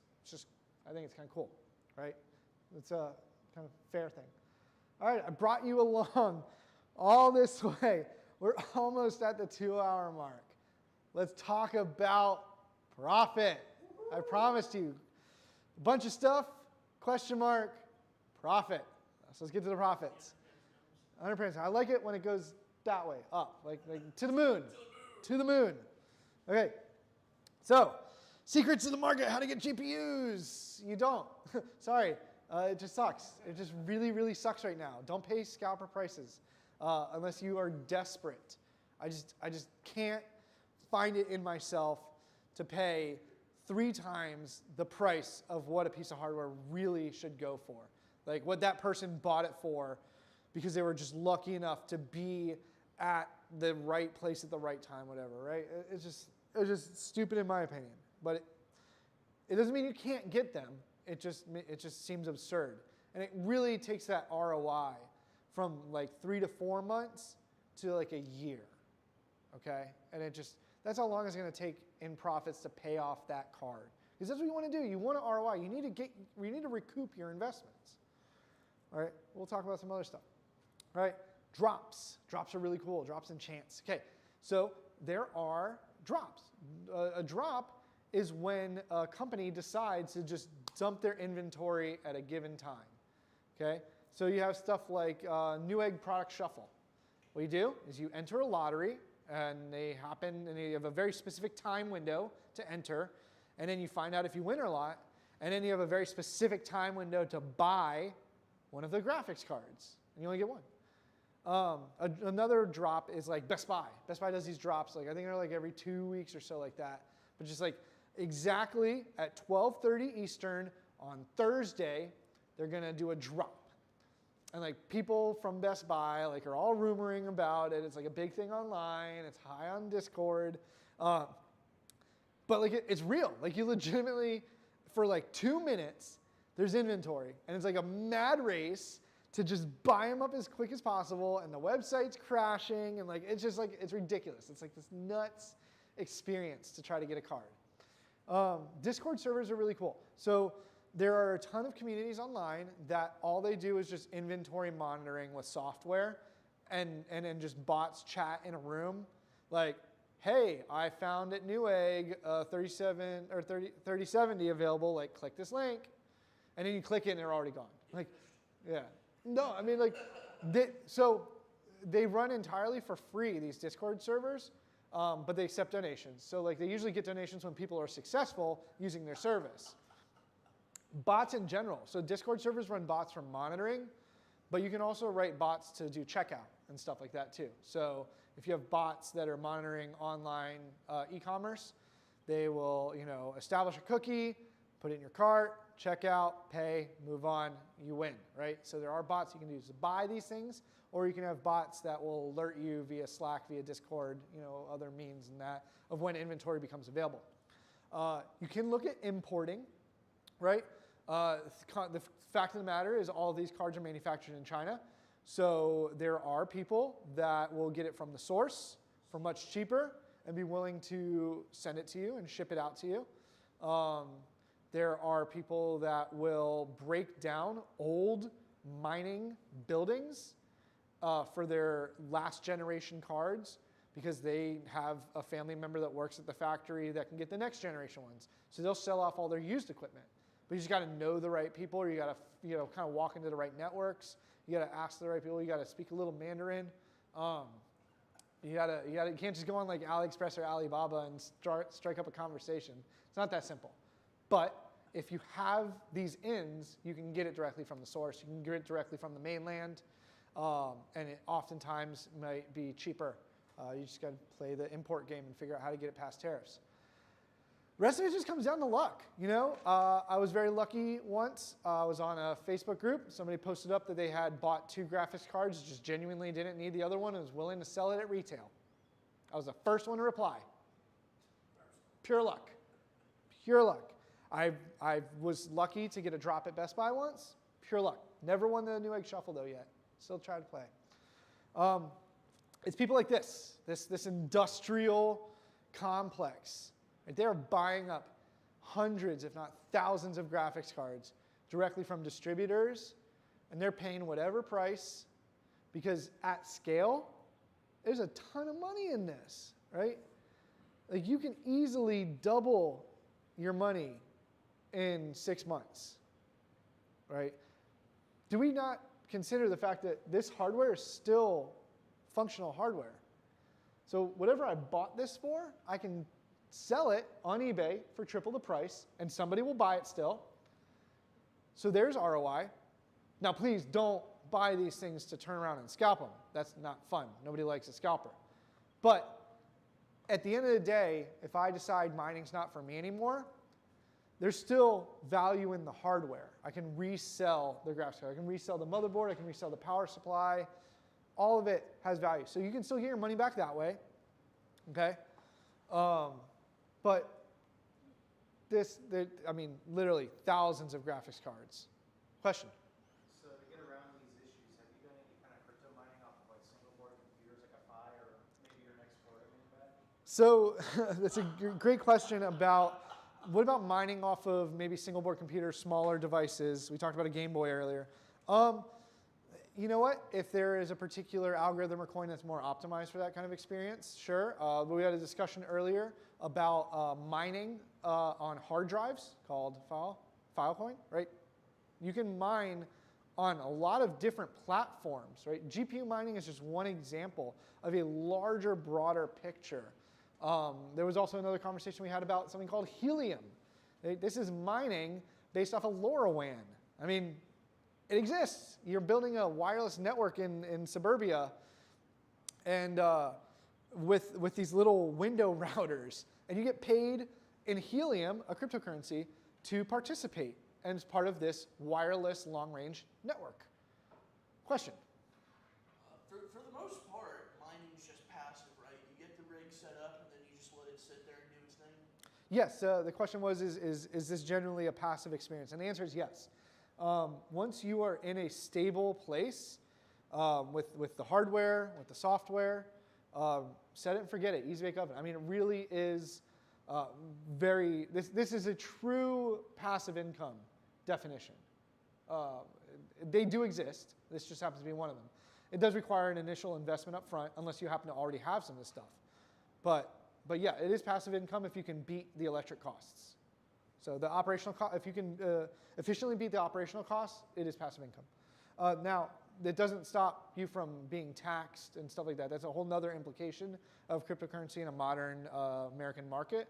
But it's real. It's yours. So there's the age-old question of spend it or hodl it, right? Right? Like I mined all this money. Yeah, it's hold spelled wrong, but actually it's hold on for dear life. And you hold on for dear life, right? And well, okay, no, realistically, you know, not everybody can kind of just jump into this stuff financially. If it costs a lot of money up front, you may be really riding on that ROI to pay off credit cards or to pay back or to go on to your next venture, right? And so do you spend the coin that is mined immediately so that you can recoup your losses? Or are you fortunate enough to kind of just let it ride and see where it goes with the hopes that maybe next year all that coin you held on to is double, right? Can you afford to do that? Question? When you say spend, so you're converting, so if I'm mining Bitcoin or something obscure, am I converting it to American dollars and then spending it? Or? Yeah, so the question is when you say spend, you mean converting it? Yes. So when you mine Ethereum, you take it to an exchange and you convert it to your local currency to essentially put back into your bank account or whatever it may be, to return to your IRL wallet, not digital wallet. So realistically, coins go up. They do go to the moon. So I am a fan of hodling. Question? Yeah, I was wondering if you had any experience or knew anything about hash marketplaces like NiceHash. Okay. Yeah, so the question is about, well, what if you aren't necessarily a miner yourself, but you have opportunity to buy into a hash marketplace, like NiceHash? I am not a fan of that concept because it's just genuinely not the experience of building a rig. Like this, if you're into nerdiness, this is really fun. Well, But I'm talking about actually building a rig and then and selling. leasing it. Okay, so you're talking about turning around and selling it out. In my experience, it's not as profitable as joining a pool yourself than selling that hashing. And so just in general, like there is definitely stuff you can look up online about the benefits of selling your hashing power. I'm just not a fan of it generally. I would rather just be really involved in the process from a nerdy perspective, but also the money aspect of it. It's just not as cost effective. Question? Can you actually speak, if you've got the data you're willing to, like this rig right here, what's your ROI? Like, how much do you have to run it until you're like, I can pay back it? Like I said, on average, your goal of an ROI is about 3 to 4 months, regardless of the card that you buy and the money invested. That's just kind of your running goal. If you can do 6 months, you're still in a good place. But if it really starts to tick up to a year, it may not be worth the effort at the time. Question? So at that point, I'm running a 4-year-old card now, and I'm making about $6. And so the question from the audience was you can, if you're running a very old card, then you're definitely in a profitable position. In fact, you may have ROI'd multiple times over. That card has paid for itself multiple times over and paid for the other cards that you may have purchased. And you're still running it today, and it's still making $5 to $6 in itself, which is fantastic, right? That's what we talk about with the 1080 Ti's. It is a 4-year-old card, and it's still at the top of the list when it comes to profitable GPUs. So I can get more into the exact financials of some of my personal operations after this presentation. I'm not going to put it as part of the recording, but regardless of what I'm saying, there's enough information online for you to figure it out on your own. So those are considered. So we're at the top of the 2 hours. We did it. 2-hour talk again. Succeeded. Questions? And that includes the online folks. Please, I hope your wallet also collapsed, as it usually does. I'm what you call online a poor. So Oh, the pores are into mining again. Oh no. I'm a poor. So No. Well, I hope everybody's wallet collapsed, as they usually do when I give my talks. I like expensive things, but hopefully this is cool. I mean, it was really cool the fact that you guys had this giant old school Bitcoin miner here just chilling. It's a fantastic example of where we came from just a couple years ago and the profitability and capabilities of the technology, and it's constantly changing and improving. But this is where we're at today. You know, it's literally a computer as we described through these slides, delivering a very specific goal and specific task that I tell it to. And it just so happens that the other end of that task is cryptocurrency that has a value in market today. It could be used for gaming. It could be used for cracking passwords, right? These things don't necessarily just have to sit there and make money. Graphics cards are also wonderful at cracking passwords because they use similar hashing algorithms. You can multi-purpose throughout the day. If you want to play a game in the afternoon and then at night you're mining, perfectly acceptable too. Right? There's a lot of capabilities for people out there. So again, I'll open it up to the floor, and then I guess we'll do our wrap up here. So the first one, we got, what do you recommend / what do you prefer for a wallet, whether it's hardware or like a... So that's a great question. So the question from the audience regarding wallets and preferences. And so yes, there's hardware wallets and there's software wallets. So hardware wallets, Ledger, right, is a great one. They're fantastic. But when it comes to software wallets, you can mine directly to a software wallet. So like the original developer usually makes a wallet.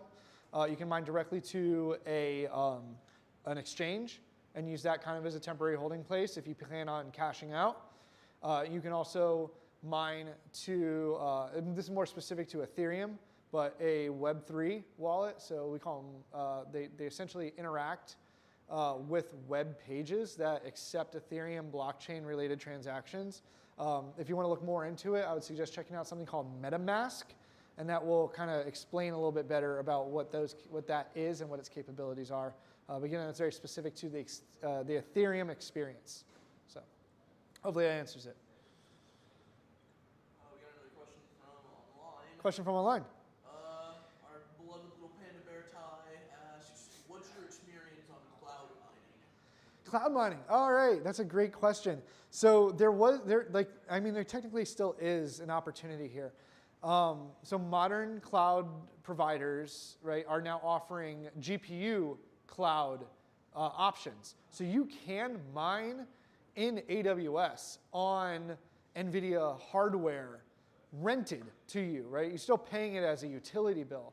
The question is the cost of operation outweighing or defeating the cost that you would get from the mining itself, right? And so it's a continued cat and mouse game. As they improve hardware and they open it up to the user, they may also raise the price because it costs more money to improve the hardware. Right now, I don't think of cloud mining as very profitable, but I also may be wrong depending on the coin and depending on the opportunity. So, but it is definitely a thing. You can rent graphics enhanced instances on Amazon. So, question? Towards that point, I'm in charge of my company's AWS thing, and I looked it up just about 3 weeks ago. I can make about 75 cents a day, and my VP very specifically said, hell no, not much. Yeah, and so the question for the response coming from the audience was that more recent measurements shown that it's possible to make some money, very very small fractional, 75 cents a day. On a technicality, you throw that at scale, and anything can be profitable, but that is frowned upon in the establishment apparently. So, but very very good follow up. Are there any other questions from the online folks? I have nothing in here, but RJ's typing, so we'll see where that goes. All right, so there's a question coming up. Well, as we're kind of wrapping up here, I covered a lot of material today. Like anything, this is just the tip of the iceberg when it comes to these particular topics on technology. This is just one example of my experience and learning in mining, and you may find that you have gone through a different thing, or you may be mining entirely different coins and mining entirely different methods, right? Like hard drive mining, like LoRaWAN mining. There's all kinds of interesting things out there, and those topics, again, will have their own series of pieces of equipment and hardware and considerations that go into them. But I just, I want everybody to just be inspired and to go out and just learn about this really cool security feature built into our cryptocurrency and why it's important. And I really don't care what NVIDIA says and how they hate miners. I will continue to mine.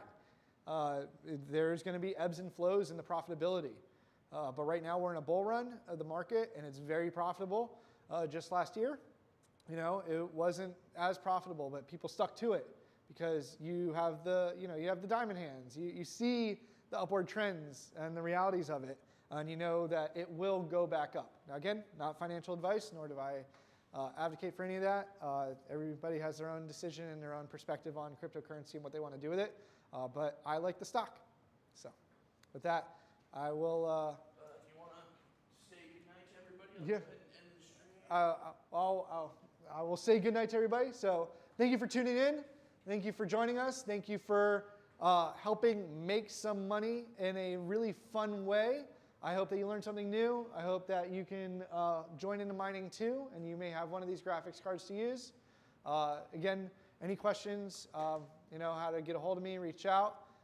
This has been Jonathan at the Neon Temple. Thank you.